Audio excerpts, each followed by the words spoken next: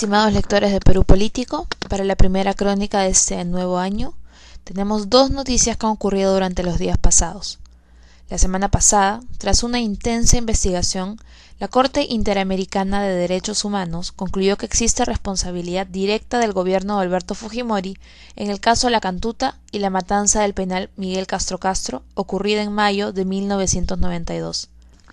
La Corte Interamericana de Derechos Humanos otorgó 8 meses de plazo al Perú para identificar a todas las víctimas de la masacre del penal, los sobrevivientes y familiares cercanos de los 41 fallecidos. Además, otorgó 18 meses de plazo para cumplir con el pago de las reparaciones económicas y otras recomendaciones de la Corte, como reabrir la investigación de lo sucedido del 6 al 10 de mayo de 1992 en el penal Castro Castro, identificar a los responsables y sancionarlos judicialmente. La Corte propuso diferentes montos de reparación económica a las víctimas, $50.000 por cada uno de los 41 fallecidos, más $10.000 por el daño sufrido a los padres, hermanos e hijos, $35.000 a los sobrevivientes que resultaron incapacitados permanentemente, $22.000 a los incapacitados parcialmente, $8.000 a los que resultaron heridos pero no incapacitados y $4.000 al resto.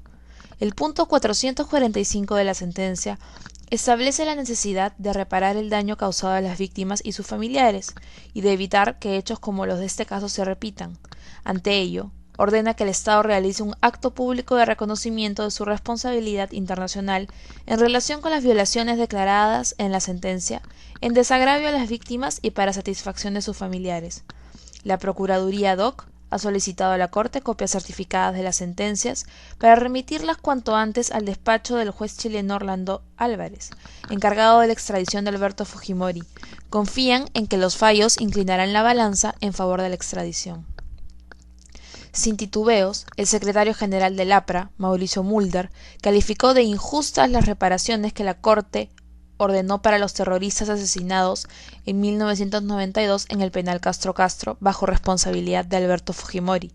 Para Mulder, está clara la responsabilidad del prófugo exgobernante, pero dijo que las indemnizaciones dejan plasmado que la Corte está formada por izquierdistas de diversos países que, alejados de la realidad, hacen un favor a Sendero Luminoso.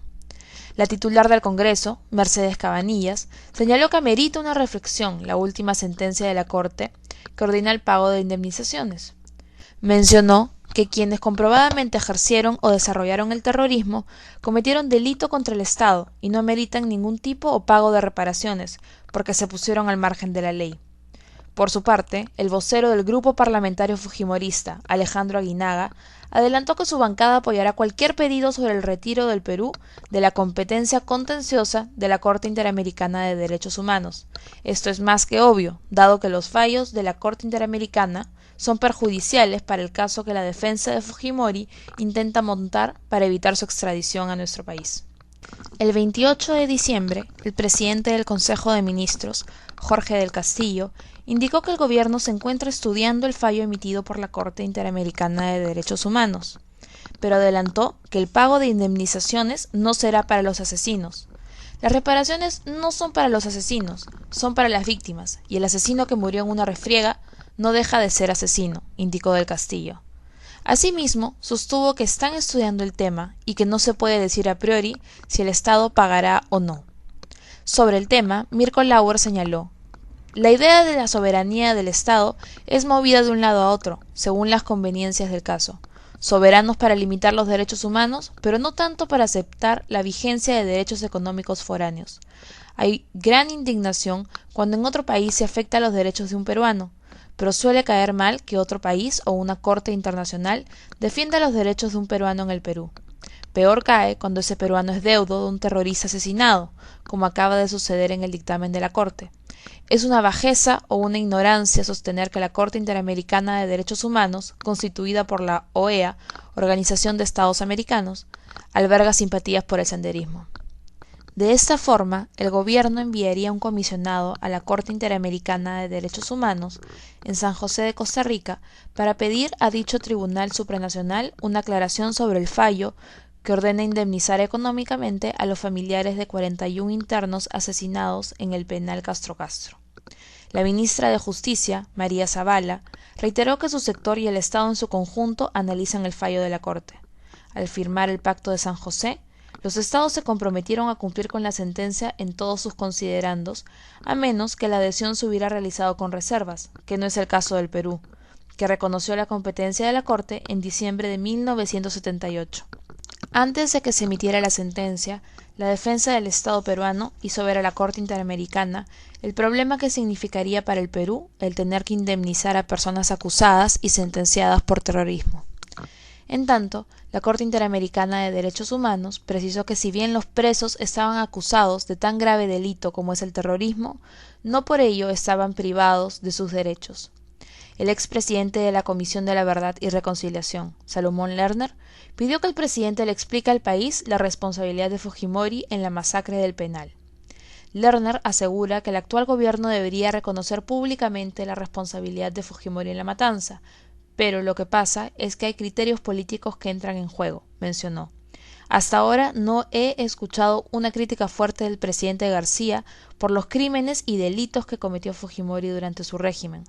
En cuanto a la polémica suscitada por la sentencia de la Corte, Rolando Ames Cobian, otro ex miembro de la CBR, afirma que la discusión se está desviando en cuestiones secundarias que buscan desorientar a la opinión pública.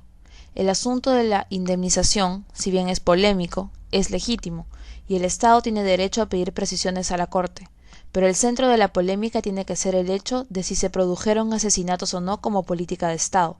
Si se produjeron asesinatos, lo sustantivo del fallo es correcto, aclaró Ames. La segunda noticia de esta crónica continúa con lo relatado anteriormente respecto a la emboscada terrorista del 16 de diciembre del año pasado, en la que fallecieron 5 policías y 3 civiles. El ejército capturó y presentó a 8 comuneros ante la opinión pública como parte del grupo de presuntos senderistas que habían realizado el atentado. Sus familiares, sin embargo, alegan inocencia y han llegado desde el centro poblado de Chaca, provincia de Huanta, en Ayacucho, acompañados por los congresistas ayacuchanos José Urquizo y Juana Huancawari, para exigir su inmediata libertad. En conferencia de prensa, los familiares de los 8 campesinos detenidos acusaron al gobierno de sembrar pruebas en contra de sus parientes e imputarlos injustamente. El alcalde de la localidad ancashina de Chacas, Nilcasio Ñauca, sostuvo además que los militares que participaron en la detención de los 8 campesinos los obligaron a firmar una declaración en castellano a pesar de que ellos eran quechuahablantes. A esta situación se agrega el hecho de que las pruebas de absorción atómica a las que fueron sometidos han arrojado resultados negativos, lo que determinaría que no dispararon armas de fuego. El 28 de diciembre, el ministro de Defensa, Alan Wagner, exhortó a la opinión pública a no caer en la sospecha de que el gobierno de Alan García o el ejército peruano está fabricando acontecimientos. Señaló que ese grupo de detenidos tiene mucho que explicar, sobre todo por qué tenían en sus manos 7 fusiles de guerra que no usan el narcotráfico en una zona de emergencia y por qué se encontraban en una de las rutas de escape hacia el Vizcatán, zona de refugio para terroristas, a 5 días de camino de los poblados donde habitan. Según la información de criminalística, los capos de narcotráfico que operan en la zona del distrito de Yochegua, provincia de Huanta, habrían subvencionado a los sicarios terroristas que atacaron y asesinaron a policías y civiles. Cada firma grande habría aportado $3.000, mientras que las firmas pequeñas $500. Se estima que en esa zona del BRAE operan al menos 10 firmas de narcotraficantes. Los 8 campesinos ayacuchanos detenidos por presuntamente haber participado en la emboscada en la que murieron los 5 policías en Machente han sido acusados por terrorismo agravado por el fiscal de la Tercera Fiscalía Supraprovincial de Lima, Luis Azañedo Cuya. Luego de esta decisión, la jueza del Cuarto Juzgado Supraprovincial de Lima, Miluz Cacano, resolvió devolver el expediente a la Fiscalía por encontrar inconsistencia en el atestado presentado. Según el abogado de los detenidos, Raúl del Castillo, esta decisión podría determinar una ampliación de las investigaciones, el traslado de los acusados a Ayacucho para que allí sean juzgados, o que el fiscal Azañedo resuelva las inconsistencias encontradas por la jueza Cano y se continúe con el caso en Lima. El abogado del Castillo también anunció que en el transcurso del 3 de enero presentarían ante el Juzgado Penal de Turno Permanente de Lima un recurso de habeas corpus, pues estaría atentando contra los derechos humanos de los campesinos. Además, no descartó la posibilidad de presentar una denuncia contra el fiscal Luis Azañedo por abuso de autoridad.